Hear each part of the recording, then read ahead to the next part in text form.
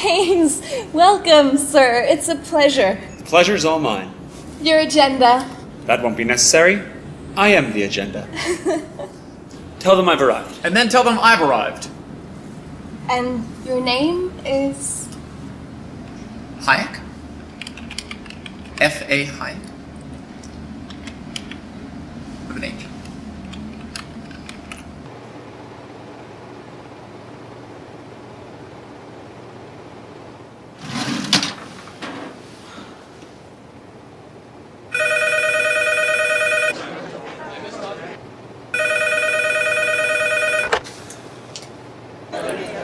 Freddie.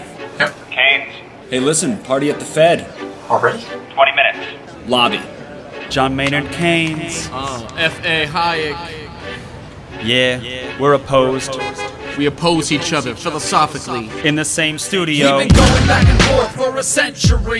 I want to steer markets. I want them set free. There's a boom and bust cycle and good reason to fear it. Blame low interest rates. Nah, it's the animal spirits. John Maynard Keynes wrote the book on modern macro. The man you need when the economy's off track. Depression, recession, now your question's in session. Have a seat and I'll school you in one simple lesson. Boom, 1929, the big crash. We didn't bounce back, economy's in the trash. Persistent unemployment, the result of sticky wages. Waiting for recovery? That's outrageous. I had a real plan, any fool can understand. The advice real simple, boost aggregate demand. C-I-G, altogether gets to Y. Keep that total growing, watch the economy fly. We've been going back and forth for a century. I want to steer markets. I want them set free. There's a boom and bust cycle and good reason to fear it. Blame low interest rates. Nah, it's the animal spirit. You see, it's all about spending. Hear the register cha-ching.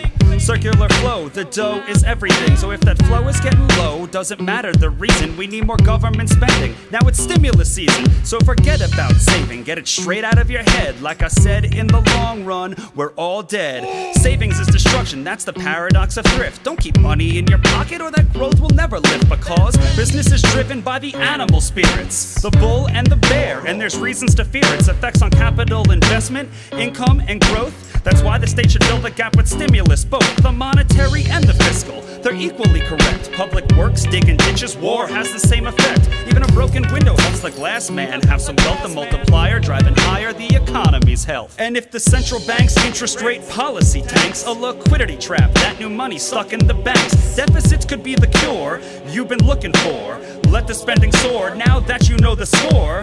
My general theories made quite an impression. Revolution. I transformed the econ profession. You know me, modesty, still I'm taking a bow. So say it loud and say it proud, we're all Keynesians now. We've been going back and forth for a century. I want to steer markets. I want them set free. There's a boom and bust cycle and good reason to fear it. I've made my case, Freddie H. Listen up, can you hear it? I'll begin in broad strokes, just like my friend Keynes. His theory conceals the mechanics to change. That simple equation, too much aggregation, ignores human action and motivation. Yet it continues as a justification for bailouts, payoffs by polls with machinations. You provide them with cover to sell us a free lunch. Then all that we're left with is debt and a bunch. If you're living high on that cheap credit hog, don't look for a cure from the hair of the dog. Real savings come first if you want to invest. The market coordinates time with interest. Your focus on spending is pushing on thread. In the long run, my friend, it's your theory that's dead. So sorry there, buddy, if that sounds like invective. Prepare to get schooled in my Austrian perspective. We've been going back and forth for a century. I want to steer markets. I want them set free. There's a boom and bust cycle and good reason to fear it. Blame low interest rates. Nah, it's the animal spirit. The place you should study isn't the bust, it's the boom that should make you feel leery. That's the thrust of my theory. The capital structure is key. Malinvestments wreck the economy. The boom gets started with an expansion of credit. The Fed sets rates low. Are you starting to get it? That new money is confused for real loanable funds, but it's just inflation that's driving the ones who invest in new projects like housing construction. The boom plants the seeds for its future destruction. The savings aren't real, consumption's up too, and the grasping for resources reveals there's too few. So the boom turns to bust as the interest rates rise, where the cost of production price signals relies. The boom was a binge, that's a matter of fact. Now it's devalued capital that makes up the slack. Whether it's the late 20s or 2005, booming bad investments seems like they'd thrive. You must save to invest.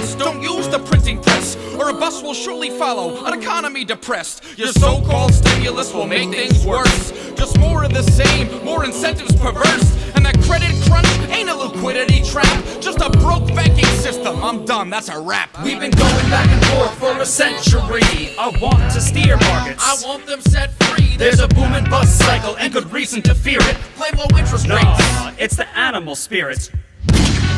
The ideas of economists and political philosophers, both when they are right and when they are wrong, are more powerful than is commonly understood.